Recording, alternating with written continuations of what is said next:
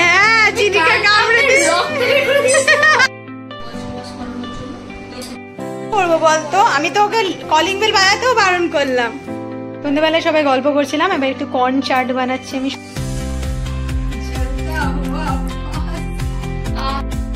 Welcome back to my channel Debjani story. দিনটা ছিল 20 April, রবিবার। সকাল থেকে ব্লগটা করার সুযোগ পাইনি, তাই ইন্ট্রোও করা হয়নি। সেদিন আমার কিছু কাছের বান্ধবীরা আমার ফ্ল্যাটে এসেছিল। আর কাছের বান্ধবী বলতে এসেছিল সাবু, সোহিনী আর তনুশ্রী, যাদেরকে আপনারা ব্লগে অনেক কবার দেখেছেন। ওরা ওই বিকেলের দিকেই এসেছিল, তাই ব্লগটা বিকেল থেকেই শুরু করলাম। So good evening everyone. কে এসেছে জেরি? কে এসেছে জেরি? কে এসেছে জেরি? কে এসেছে? সরে যা, সরে যা, সরে যা দাদা। ডগি বাইরে, বাইরে তো অনেক ডগি। চলে চলে চলে চলে, পালিয়ে পালিয়ে পালিয়ে। বাইরে যে অনেক ডগি, বাইরে যে অনেক ডগি, বাইরে যে অনেক ডগি, বাইরে যে কোথায় গেছিলে তুমি? এটা কে? এটা ওই তো গন্ধ পাচ্ছে।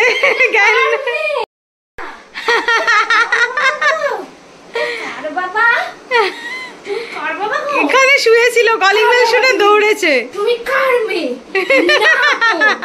না হবে না তো, হবে না তো। এটাকে কামড়ে দিয়ে আসছো? হ্যাঁ, চিনিকে কামড়ে দিয়ে রক্ত বের করে দিয়েছো। আরে দিদি ভাইটাকে একই ওরই বোন, ওর বোনকে খেলতে খেলতে ও কানটা ধরে টেনেছে, আর এর দাঁতটা একটু শার্প কেটে গেছে। না কামড়াতে দেব না তো। ও জেরি, দেব না তো। তোমার খেলনা। না এটা একটু শুকিয়ে দেখ না, আমি দেখ খেলতে খেলতে সব লস্যি খাচ্ছি। লস্যি কেমন লাগলো? ভালো লেগেছে। কি ঠান্ডা ঠান্ডা লাগছে না?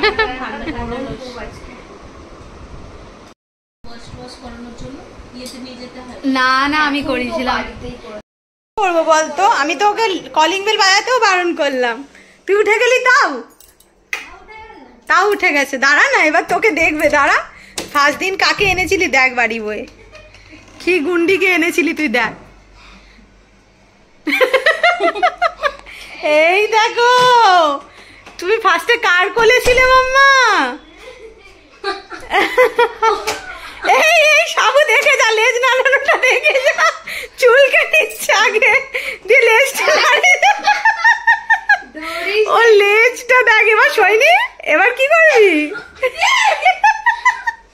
সইনি, আরে দেখিস টয়লেটের জায়গা। চলে আয় বাবা। সইনি ভয় পেয়ে এরকম বলছে এরকম হয়ে গেছে, অত ছোট ছিল। সন্ধ্যেবেলায় সবাই গল্প করছিলাম, এবার একটু কর্ন চাট বানাচ্ছি আমি সবার জন্য। একটু মেয়োনিজ অ্যাড করবো, ডিম সেদ্ধ আছে, কর্ন আছে, শসা, পেঁয়াজ, লঙ্কা, ধনেপাতা সব আছে, লেবু টেবু সব আছে।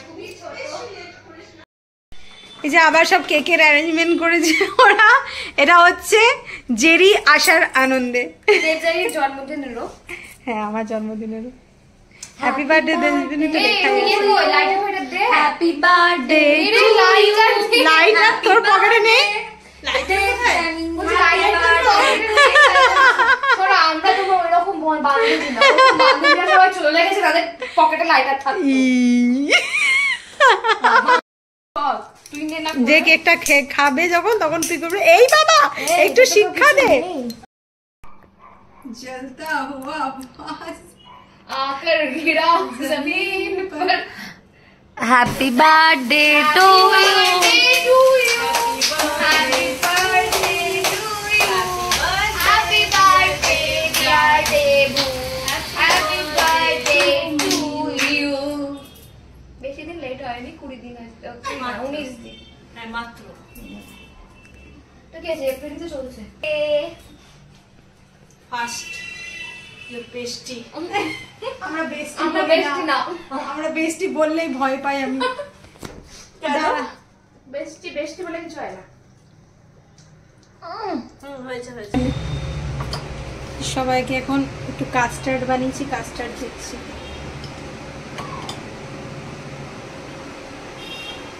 মনে হচ্ছে সিন্নি, ঠাকুরের সিন্নি মনে হচ্ছে না?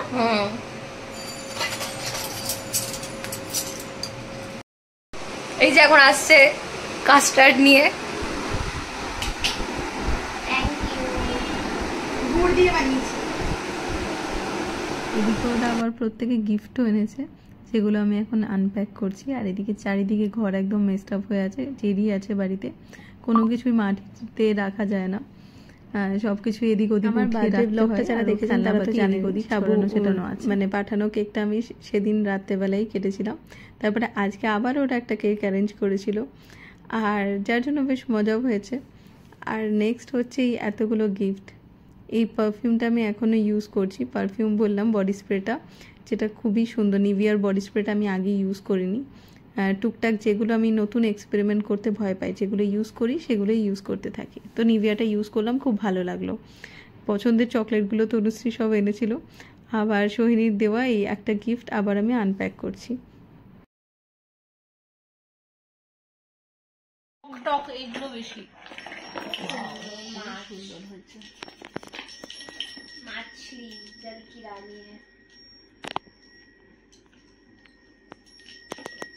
সুন্দর সুন্দর আওয়াজটা কি সুন্দর না? এই যে এই মানে এক এক 7 তাড়াতাড়ি খেতে বসে গেছে। মাসি বানিয়েছে, সুন্দর হয়েছে। এদিকে অভিজিৎ এসে গেছে, ওরা আবার তাড়াতাড়ি বেরিয়ে যাবে। কতক্ষণ লাগবে? আমি ওটাই তো বললাম, বেশিক্ষণ লাগবে না, আরামসে বোঝা। কতক্ষণ লাগবে? 1 ঘন্টা মতো লাগবে।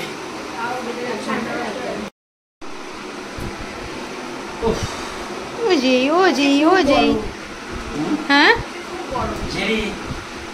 শেষ পাতে একটু পায়েস, গোবিন্দভোগ আতপ চালের একটু পায়েস বানিয়েছিল মাসি।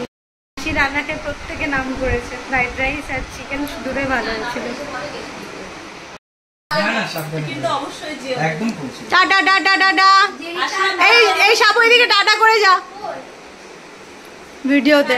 Tata tata Jerry. আবার কবে দেখাবো? মুনি তুমি এ করে এসো, সামনে দেখবে, ওই একদম সামনে দেখবে, ফ্ল্যাগ থেকে নিচে নামবে, সামনে দিয়ে আছে। আচ্ছা ঠিক আছে, টাটা টাটা। চুপটি যাবো। করে রেখেছি ওর ভিডিও। Bye bye.